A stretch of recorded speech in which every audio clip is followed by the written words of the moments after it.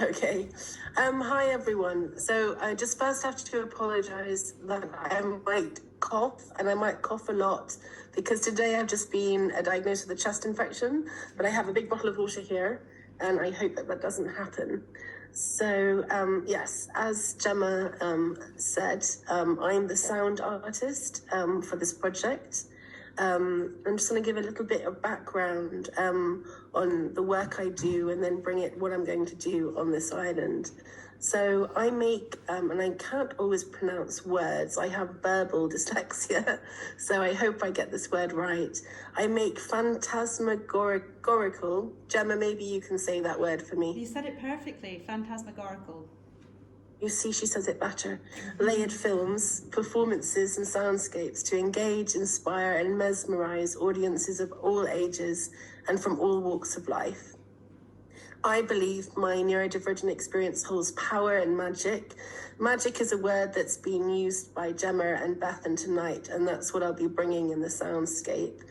But autism also exists in my work intentionally without being overtly placed at its center.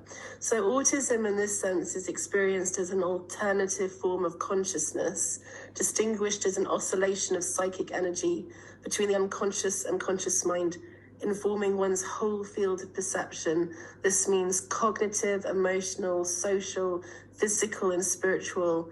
And this is pretty much how I create my soundscapes, from a completely alternative form of consciousness.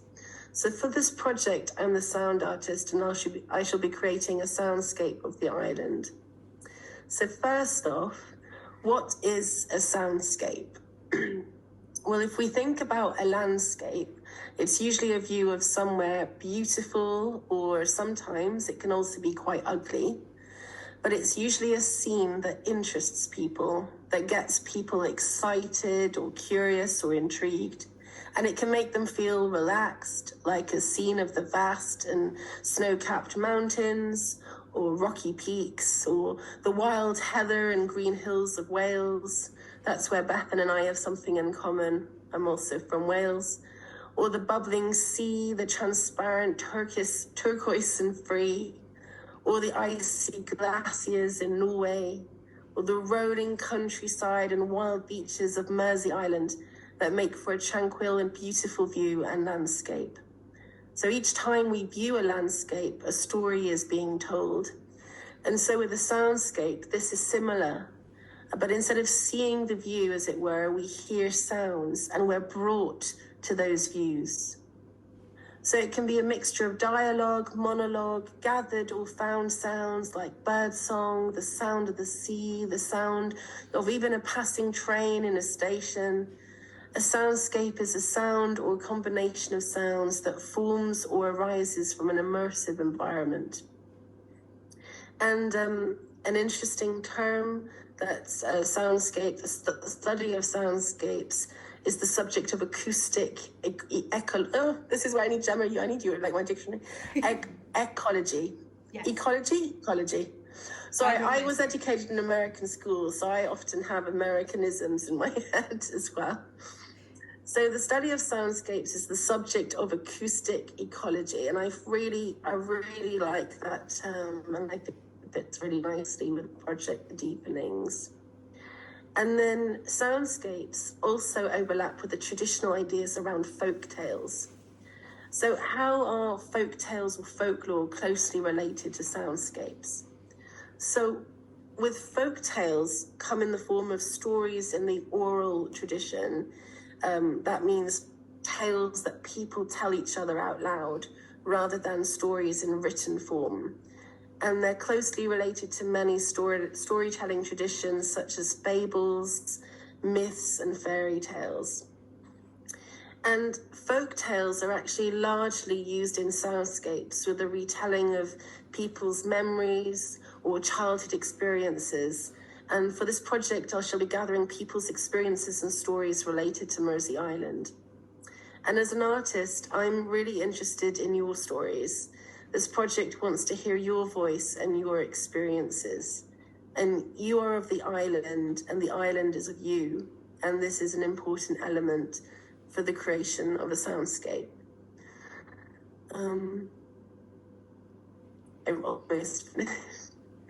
It would much be better if I was there in person. I wish I could be there with you. So soundscapes, as I said before, are immersive. And my soundscapes bring individual sounds together to create something like a landscape for your sense of hearing. Soundscapes may include gentle rain, wind in the leaves, chirping frogs to help guide you to sleep or to back to the place where you feel you belong. And that's what we want for Mersey Island. So when I gathered sounds on the island, I gathered the cold and holy silence from within the mound at West Mersey Barrow, the bobbing of all the boats in and out of the harbour, the sounds of every wild beach we walked on, the stories Gemma read to the sea, the sounds from within Mersey Museum and the very old house we stayed in, the chiming of the flags and metal against flagpoles, the bird song, the wind and the waves. I even captured the sounds of the beaches at different lights. Light changes the way the landscapes sound. The silence on Cudmore Grove feels different because when I stood on the grounds where Gemma created spirals that survived days of rain, sun and all weather, I felt watched. And as I watched the sea, this anxiety of the sea eating the land can be preserved by our heartbeats. What do these energies do to our own bodies and our senses? So finally, it's an absolute honour to make with artists who honour the land. Bethan and Gemma both live in Essex and are more local than I am. But I met some of you when I visited a few months ago. It's an absolute privilege to collaborate with artists who bring to the table a feast, and likewise meeting the Mersey Museum volunteers with their own rich tapestry of stories and gathering of all that you've collected here in this room. It will be a privilege and an honour to be creating here together in the workshops coming up in the new year, and in the retelling of the old stories, and remembering the passing of time, capturing the present moments of the island, and the beauty and the things yet to come. So this soundscape that I'll make will follow the footsteps of the feet that have crept here before us.